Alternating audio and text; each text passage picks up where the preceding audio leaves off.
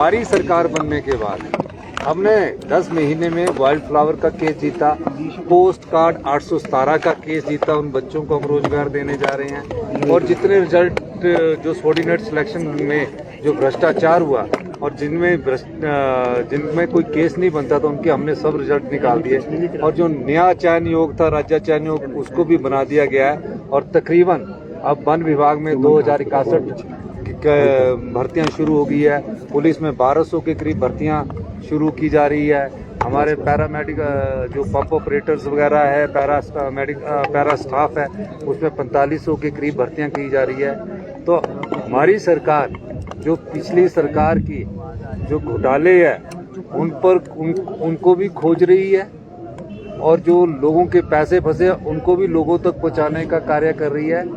और पिछली सरकार सिर्फ अखबार में स्टेटमेंट के माध्यम से भ्रामक बयानबाजी कर रही है। चाहे माइनिंग का 100 करोड़ का घोटाला है, उसका वो पता लगा है कि कईयों के पास माइनिंग लीज ही नहीं है, कईयों के पास कंसेंट ऑफ ऑपरेशन नहीं था कि उसको चलाने की जो परमिशन देती है पोल्यूशन डिपार्टमेंट, वो ही नहीं था। कईयों का माइनिंग प्लान ही नहीं बना हुआ था। और इस तरह से वो जो घोटाला है वो अभी काफी कुछ निकल रहा है। तो सारी चीजों की हम इंक्वायरी कर रहे हैं। ये तो एक रावी बेसिन पर जो लापरवाही के कारण, माइनिंग डिपार्टमेंट की लापरवाही के कारण जो ये नुकसान हुआ है, सरकार उसका भी अध्ययन कर रही है। सर, कारोबारी निशान की ओर से जो आरोप लगाए गए थे डीजीपी पर, आज उस मामले को लेकर सुनवाई है, किस तरह से सर आप? देखिए, मैंने पहले ही कहा है कि कोई गलत नहीं होना चाहिए, किसी पर ना गलत आरोप लगना चाहिए और ना किसी के साथ आरोपी के साथ गलत होना चाहिए। उसकी फैक्ट्स जब आएंगे तो चाहे कानून के सामने कोई मुख्यमंत्री हो, कोई डीजीपी हो, सब पर कार्रवाई संभव है। लेकिन अभी फैक्ट्स जो है वो सारे फैक्ट्स के पुलिस अध्ययन कर रही है।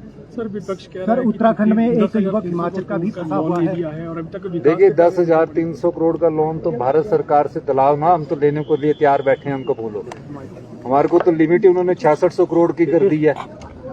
ओल्ड पेंशन के कारण उन्होंने 1780 करोड़ रुपए हमारे रोक दिए जो हमारे लोन में मिलना चाहिए। 10,000 करोड़ रुपया अगर लोन में इस फाइनेंशियल ईयर में हमने कहा है कि 4400 करोड़ रुपया लोन लिया है और हमारी लिमिट ही सिर्फ 6600 करोड़ रुपया है। मतलब हमारी लिमिट ही 6600 करोड़ रुपया, तो 10,000 करोड़ रुपया लोन कहाँ से ले लिया? ये जो हर महीने हम ले रहे हैं तो उसमें 4400 करोड़ रुपया ही अभी तक लोन लिया है। अगर वो 10,000 करोड़ दिलाएंगे तो सरकार उसको लेने के लिए तैयार है। उसमें आप हमारा फाइनेंस मिनिस्टर सीतारमण जी के पास जाइए और हमें दिलाइए। हम तो मांग कर रहे हैं, मैंने तो चिट्ठी भी लिखी है कि दीजिए हमें। सर, उत्तराखंड जो टनल है उसमें हिमाचल का भी एक हिमाचल का भी सर मंडी का सर, हमारे यहाँ ये है कि वो मंडी का और जो हिमाचल के अलावा जो देश के और भी बेचारे वहाँ टनल में फंसे लोग हैं, श्रमिक है, सुपरवाइजर है, उन सबकी सकुशल घर वापसी होनी चाहिए। काफ़ी दिनों से फंसे हुए हैं और मुझे लगता है कि भारत सरकार और SJVNL और जो सड़क बनाने वाले हैं वो मेरे ख्याल आज या कल तक उन सब लोगों को सकुशल घर वापसी ला देंगे। सर, इसके अलावा जो विक्रम ठाकुर है, उन्होंने कहा है कि 100 करोड़ की बात की जा रही है, जो माफी की बात की जा रही है, तो उन्होंने कहा एक तो आरोप साबित किया जा रहा और मानहानि नहीं तो कोई अगर बोल रहा तो उसमें उनको करना चाहिए मानहानि का दावा। प्रदेश के मुख्यमंत्री के तौर पर मैं बोल रहा हूँ कि अगर उसकी रॉयल्टी और कोई देखा जाए, और जो जिनको क्रशर चलाने की अनुमति नहीं थी उन्होंने कैसे वहाँ क्रशर चला दिए।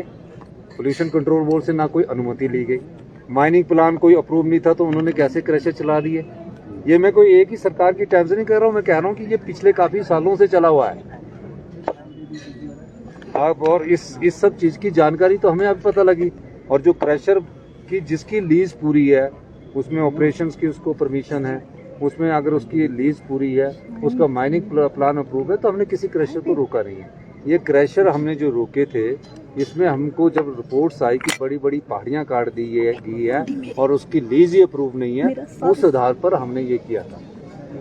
इनके ऊपर कोई कार्रवाई भी होगी, पेनल्टी? और देखिए, अभी तो सब लोगों को हमने कहा है कि अपने कागज पत्र पूरे कीजिए और उस कागज पत्र के आधार पर उद्योग मंत्री आपके जो क्रशर है उसको करेंगे। लेकिन हमारी रॉयल्टी जो हिमाचल प्रदेश के राजस्व में आनी चाहिए वो पूरी आएगी। उस संदर्भ में हम कई और माइनिंग डिपार्टमेंट में व्यवस्था परिवर्तन करने में लगे हैं। पहले 7 रुपये मीट्रिक टन वो रोड़ी जो थी उसको क्रश किया जाता था।